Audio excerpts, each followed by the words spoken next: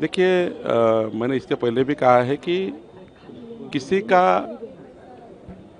Reservation निकालकर किसी समाज को देना, ये जो डिमांड है, इसके बजाय जो समाज का रिजर्वेशन है वही समाज को मिलना चाहिए। और रही मराठा समाज के रिजर्वेशन की बात, तो जहाँ तक देवेंद्र फडणवीस सरकार, हमारी सरकार 14 में भी थी, बाद में शिंदे सरकार आई, एकनाथ शिंदे जी की सरकार, बाद में हमारी सरकार आई, फिर देवेंद्र जी आए।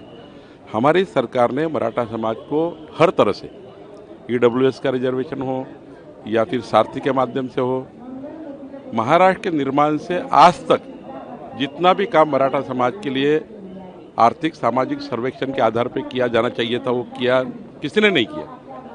आपने देख लीजिए पूरा,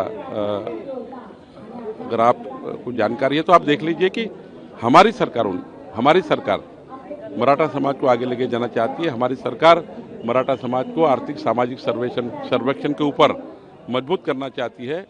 और माननीय देवेंद्र जी ने जिस प्रकार से योजना बनाई है, हमारे एकनाथ जी, अजीत दादा भी सबने मिलकर महायुति की सरकार ने योजना बनाई है।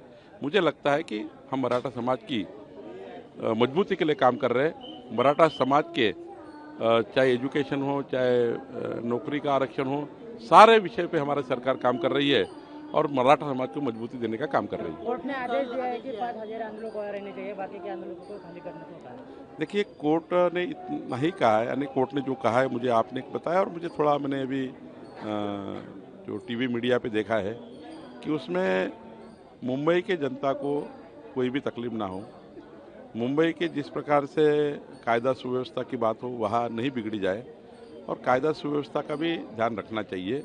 इसके लिए एक बार कोर्ट जब इंटरवेंशन करता है, तो कोर्ट कोई ऑर्डर देता है तो सरकार को पालन करना पड़ता है और जनता को भी पालन करना पड़ता है। आंदोलन करने वाले जो है, एजिटेशन करने वाले, उनको भी पालन करना पड़ता है कोर्ट के ऑर्डर, और सरकार को भी फॉलो करनी पड़ती है। तो मुझे लगता है कि कोर्ट के ऑर्डर सभी ने मान्य करनी चाहिए। देखिए, उनकी भूमिका वो तय करे, उसमें मैं कुछ बोल नहीं सकता, लेकिन कोर्ट का आदेश सभी ने मान्य करके, आखिरी कोर्ट होते हैं, और कोर्ट का ये देश में जो न्यायालयीन व्यवस्था बनाई है उसके सभी ने आदेश के पालन होना चाहिए। यही भूमिका जनता की होती है, एजिटेशन की होती है, सभी की होती है, सरकार की भी होती है।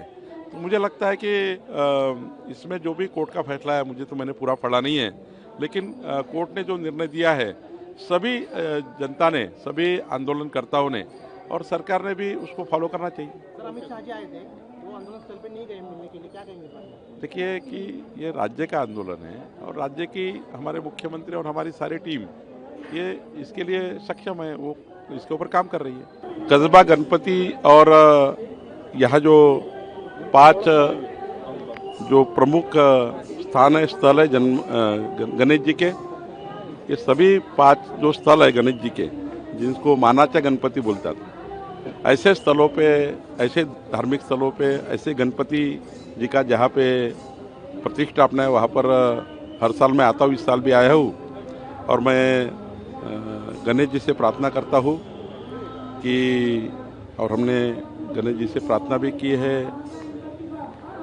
कि जो महाराष्ट्र की 14 करोड़ जनता है, और खासकर किसान है जिनके ऊपर आर्थिक संकट आया है, नैसर्गिक आपत्ति आई हुई है, उनको गणेश जी सुखी समृद्ध रखे, उनके जीवन में जो आपत्ति है उनको आधार देने के लिए आशीर्वाद दे, और महाराष्ट्र को समृद्ध बनाने के लिए हमें सबको गणेश जी का आशीर्वाद मिलेगा। गणेश जी से हमने ये प्रार्थना की है, और मुझे लगता है कि महाराष्ट्र ये पूरी तरह से मजबूत रहेगा, समृद्ध रहेगा। गणेश जी के आशीर्वाद महाराष्ट्र की 14 कोटि जनता के ऊपर है, और ये जो सबसे बड़ा हिंदू का जो त्यौहार है गणेश जी का, यही त्यौहार हमें मजबूती देता है, हमारे समाज को मजबूती देता है, समाज को संगठित करता है, और संगठित समाज करके महाराष्ट्र को मजबूत करता है।